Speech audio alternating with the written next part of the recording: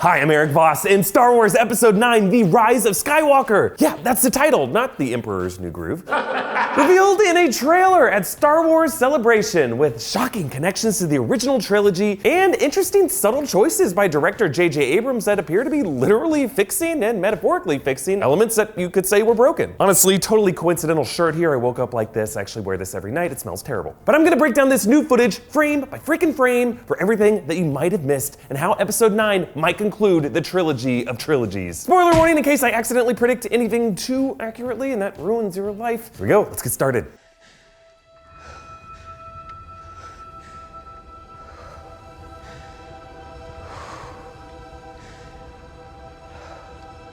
We've passed on all we know.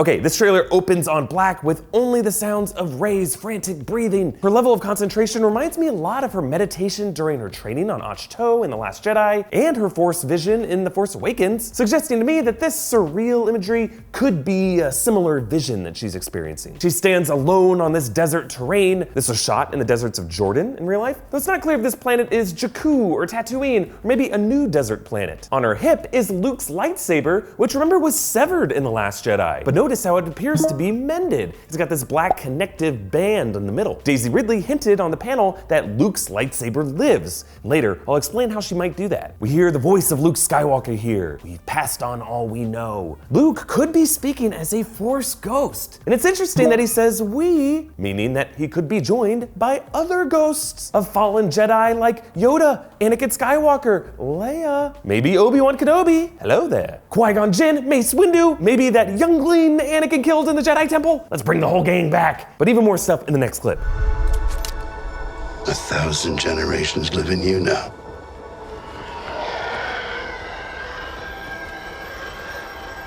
But this is your fight.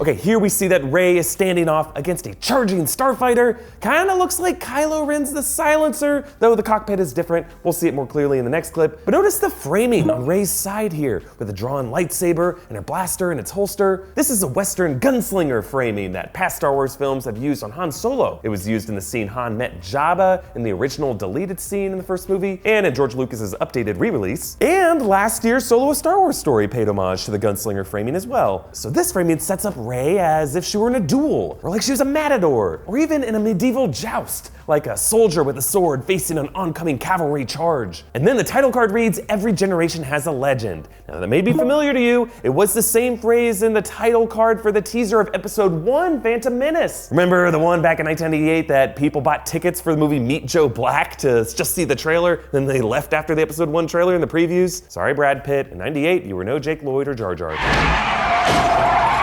I like that JJ Abrams here used this phrase again for Episode 9, the conclusion of the Skywalker saga, to bookend this. Or as George Lucas would say, it's like poetry, it rhymes. On to the next clip.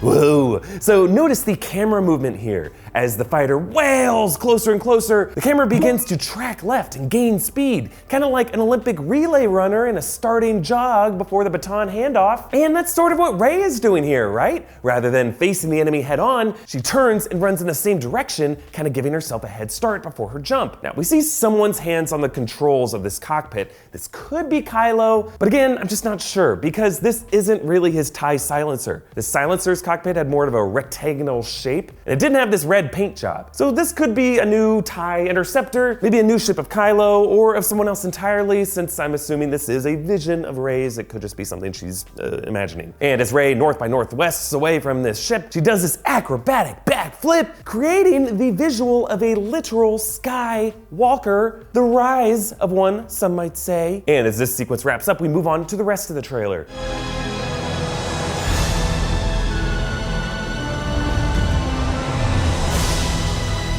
Okay, so one big mystery with The Rise of Skywalker is how this story will handle the tragic death of Carrie Fisher, considering The Last Jedi didn't really end Leia's story. And Episode 9 was intended to be her story, the way Episode 7 was Han's story, and the way Episode 8 was really Luke's story. And in this clip, we start to get a hint of Leia's presence with this music. This is a new arrangement of John Williams' classic Leia theme. We see a starfighter swooping into a new planet, a mountainous, rocky surface with a triple-tiered plateau containing some kind of city. We don't really know anything about the setting yet, but notice how each plateau features a pointed structure on one end of it. This reminds me of the plateau on Jedha on Rogue One. That was the ancient Jedi holy city, which had a great Jedi temple. Jedi temples known for their pointed pyramid-like architecture. Like Jedha, pretty much all the remnants of the Jedi tradition were wiped out throughout the Galactic Civil War and Order 66. But maybe this mountain range hides a surviving trace of it. JJ Abrams has said that this story will not pick up immediately after The Last Jedi, and some time will have gone by. So presumably the meager surviving force of the Resistance will have regrouped in new locations with new starfighters. Next, there's Kylo Ren, using his lightsaber's crossguard in this vicious takedown in the midst of some kind of battle between First Order stormtroopers and what looks like Resistance fighters based on their helmets. Now, some have said that the guy that he body slams could be one of the Knights of Ren, who are speculated to come back in this movie, considering they were JJ Abrams' concept and they were pretty much ignored in The Last Jedi. And while I do hope that Kylo does reunite with the Knights of Ren, either to rejoin forces or in conflict, I don't think this guy's a Knights of Ren. I just don't think that this teaser would spoil such a big reunion so blatantly. But next we see Kylo's shattered helmet being fused back together. So kind of like Rey having fixed Luke's severed lightsaber, this is another example of things broken in The Last Jedi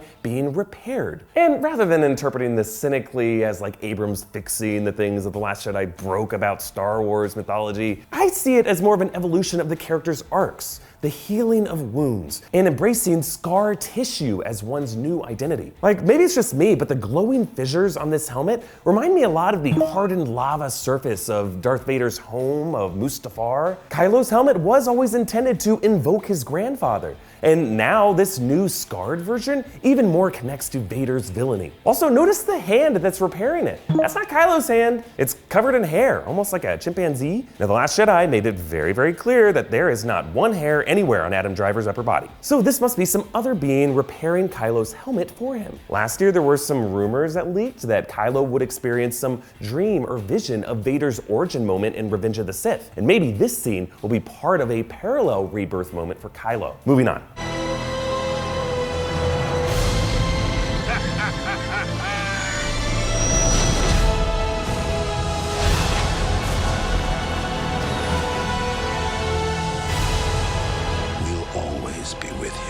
Okay, here there's a quick shot of Finn and Poe Dameron, lovers of many a fanfiction. John Boyega said that Finn finally gets his own unique costume and visual identity for this film, as opposed to, like a First Order deserter who wears stolen Resistance uniforms, borrowed Poe jackets, and a dripping Bacta suit. Next, a shot of BB-8 and this amazing new droid for this film named D-O. He wheeled on stage for the celebration panel, and I just love this little road cone unicycle. The concept art suggested that its design was based on a duck, and it actually communicates with a bird-like piano synthy whistle.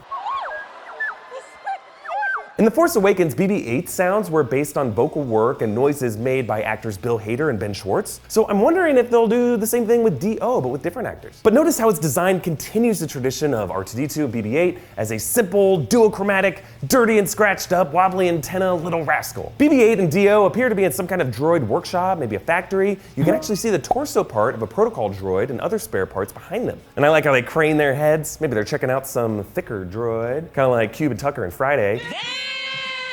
Next, there's a shot of the Millennium Falcon cockpit containing Chewbacca and Lando Calrissian, with my man, the great Billy D. Williams, reprising his role, cackling just like he did with Nien Nunb in the Battle of Endor.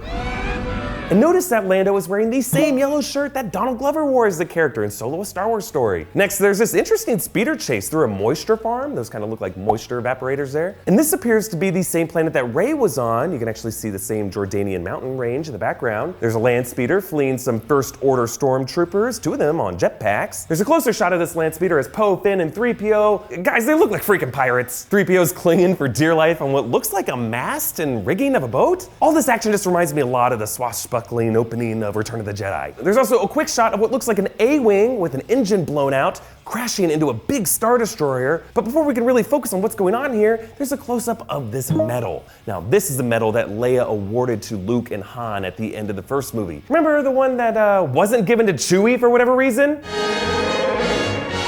And speaking of Chewie snubs, we get this real tear-filled moment. Leia hugging a crying Rey. Now, how did they do this? I'm wondering if they could have recreated this using footage from The Force Awakens. Remember the scene when Leia hugged Rey to console each other after Han's death? And yes, looking back, it was a little weird for Leia to hug Rey here, a girl she would have just met, and not Chewie, her old friend. Even JJ Abrams admitted this is weird. During this embrace, you can see that Leia still wears her jewelry. Oro weave bracelet, rhodium earrings, and a signet ring. In the Star Wars universe, rings with signet emblems mean organization membership or rank within the Rebel Alliance. Let's move on. No one's ever really gone.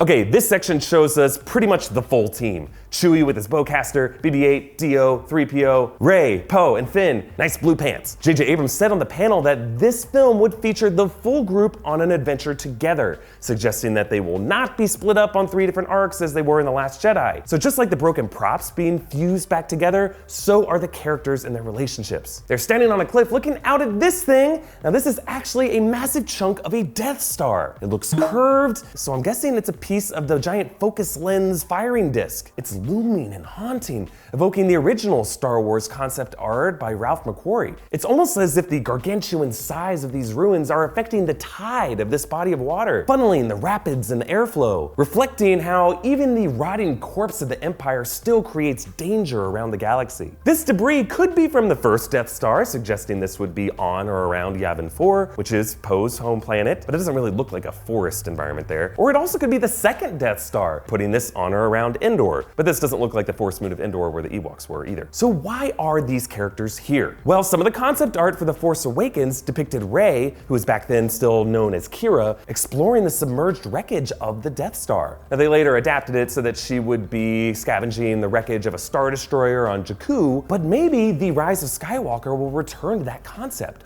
with Rey perhaps scavenging for Kyber crystals to repair Luke's lightsaber. That could be how she does it. We actually learned that Kylo retrieved Vader's helmet from the funeral pyre on Endor. Maybe Rey could be doing something similar. Or if this is the Death Star 2, maybe there's an even darker presence on here, which we hear in this next clip.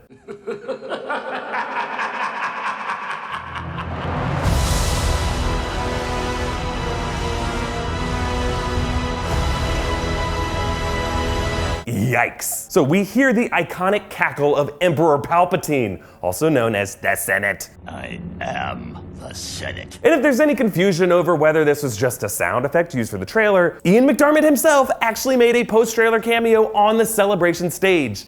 Roll it again. So yeah, Palpatine will actually be in this movie. But how is this possible? In the Star Wars mythology, Sith are unable to fully appear as Force ghosts the way Jedi can because the person must have fully rejected the dark side in order to do that. But the Sith have been known to stay as a spirit after their deaths, like attaching to an item, Horcrux style. The way Darth Nihilus controlled his robes, or how Momin remained in the mask in the recent run of the Darth Vader comics. Remember, in Revenge of the Sith, Palpatine did share the legend of Darth Plagueis the Wise, the Sith who discovered a way to bring people back from death, teaching this power only to his Sith apprentice who murdered him in his sleep. Now, there was some speculation that that apprentice could have been Sidious. Others have disagreed with this timeline. Some say Palpatine just made up this story in order to manipulate Anakin. But Palpatine's return could totally recontextualize what we know about Supreme Leader Snoke, whose death seemed a bit abrupt in The Last Jedi. Perhaps Snoke was serving or being controlled by the spirit of Palpatine. That could explain why Snoke, and by extension Kylo, never really knew about Vader's humanity as Anakin Skywalker. That would have been a secret that would have died with the greater evil Palpatine and never shared with Snoke. The laugh leads to the reveal of the title, The Rise of Skywalker. Now, there are a lot of ways we can interpret this title. First, there is some lovely George Lucas style poetry at play here. The ends of each of the 3 trilogies have parallel titles: The Revenge of the Sith, The Return of the Jedi, and The Rise of Skywalker. Revenge, Return, Rise, Sith, Jedi, Skywalker. The Skywalker in question could refer to Kylo Ren, the surviving heir of the Skywalker bloodline as the son of Leia, perhaps suggesting his rise into the light. A few months back, there was a rumor about a threat from the beyond in this story, and that threat could be Palpatine, who drives Kylo back onto the good side. Or maybe the rise could refer to some ascendancy by the spirits of Luke and Leia into a higher plane of existence. Some are saying the Rise of Skywalker could also suggest that we finally learn the origin of Anakin Skywalker, who was born under mysterious circumstances. There was no father. One theory that I liked is that considering Episode 9 is meant to be the final goodbye of the Skywalker saga, maybe the term Skywalker no longer refers to a specific name of a person. The Last Jedi was meant to be the extinction of the Jedi Order and the dualistic conflict with the Sith. If Luke was the last Jedi, perhaps Skywalker could be the term for Force practitioners in the next generation, similar to how followers of Jesus Christ took on the name Christian. The Rise of Skywalker could refer to Rey, the first lower S Skywalker of this new movement. Now, sure, we have been told in the past that Skywalker is just a common surname in the Star Wars universe, akin to Smith, and that's why no one assumed Anakin Skywalker and Luke Skywalker were related. But also the way that Smith in our universe once had a practical meaning, the name of one's trade, like a blacksmith or a silversmith. Perhaps, too, this final chapter will redefine Skywalker as a specific function in society. Those who carry the torch of Luke Skywalker's more nuanced, balanced view of the Force. Now, there were some more details revealed at Celebration, like a new character played by Naomi Ackie, Janna, and a new alien resistance ally named Claude. But my question to you is, do you want the Rise of Skywalker to retcon some of the controversial plot twists of The Last Jedi, or do you want it to build on them? Comment down below with your thoughts, follow me on Instagram and Twitter at EA Voss, and subscribe to New Rockstars for everything Star Wars related and breakdowns of everything you love. Also, if you plan to go to VidCon this June, please tweet at VidCon and let them know that you'd love to see us host a panel, a live show, a meet and greet. We'd just love to hang out with you guys and nerd out about Star Wars. Thanks for watching, bye.